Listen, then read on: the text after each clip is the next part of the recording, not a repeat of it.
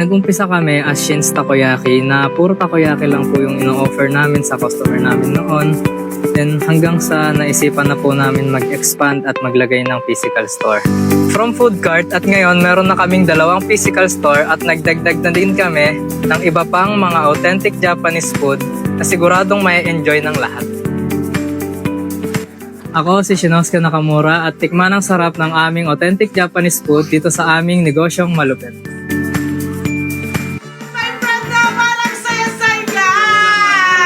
Ang saya-saya ng San Mateo kasi ang barangay ang Piduno dahil merong authentic nga raw na Japanese restaurant dito, ang Kaizen, di ba?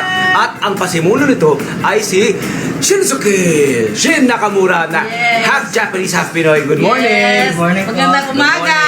Ano bang good morning sa Japan? Ohayo gozaimasu. Ohayo gozaimasu! Ohayo! Ohayo gozaimasu! Ito na, Shin! Ang galing ng ginawa mo pala. Ikaw ay nagtrabaho sa Japan, sa isang restaurant. Yes. Tama, gaano katagal ka nagtrabaho doon?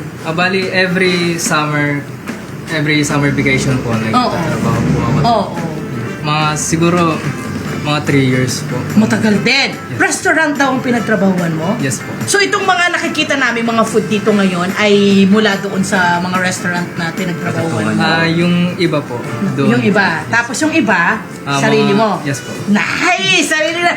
Okay. Siguro, yes, friend. Ay, interesting love yung kwento niya kasi Oo. nga di ba family niya nasa Yes, Japan. yes. Tapos doon sila nakatira. Kwento mo naman sa amin, Shin, kung bakit ka umuwi dito kasi parang aalog-alog lang daw sila doon. Maraming dito yung mga pinsan niya. Kwento mo naman, bro. Bali, dito po kasi sa Pinas, malaki po kasi yung family. Family. Dito sa Pinas. Kaya mas prefer po namin dito magstay sa Pilipinas. Andito nga naman mga pinsan mo, ano? Yes. Mga friend, Doon parang- kasi 4 lang sila. Correct. Parang minsan sa isang community, hindi nga kayo lumalabas eh. Doon Ay, sa yes, so Japan, parang no? ganun. Bagay ako Walang nun. mga nakakahalat na mga tao doon. Bagay. Pag lalabas mo, kaganyan ka, ha? Okay, ako lang ba nakatira dito? Parang ganyan ang face! Tahimik kasi sila. Correct! Peace-loving Correct! culture At po sila. malinis. Peace-loving Correct. people Malinis sila. yung lugar nila. Okay, eto na!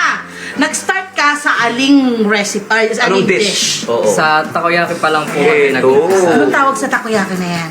At Ano yung flavor pala? Sorry. Ito po yung classic takoyaki Classic, po namin. okay, And okay. ito po yung cheese bomb takoyaki. Cheese Okay. bomb. So, alin dito ang pinaka mas ano? Mas, Classic tayo.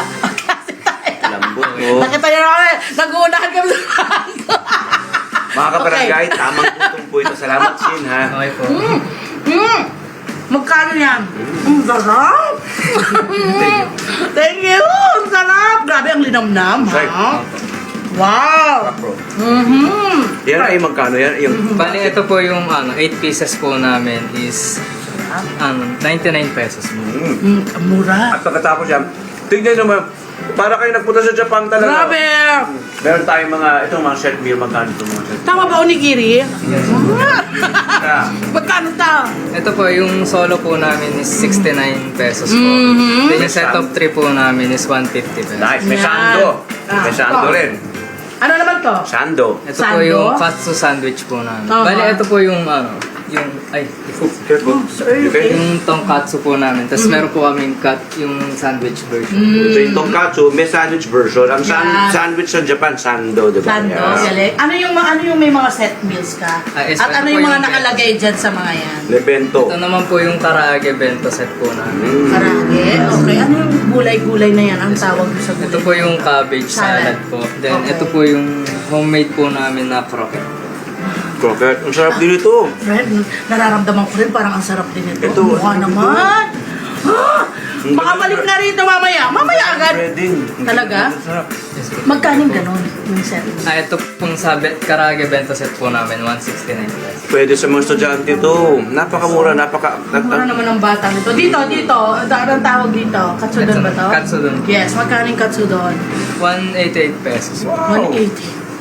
Grabe. Sino yung mga supplier mo ng mga Japanese ingredients mo? Meron po kaming pinagkukuhanan ng Japanese ingredients po sa may store po na Japanese store po siya. Mhm. Tapos doon po yung source po ng ibang mga Japanese ingredients. Dalawa na raw ang branch mo. Ay, yes po. Taray. Saan yun sa? Oo, Sa may saan? Santa Ana po. Mga Kanet 25, this is Love and New Verbo for more love to the pet and everything update. updates, just click the subscribe button and follow us on our Net25 social media pages at Net25 TV and Net25 Entertainment Facebook. See ya. I love ya.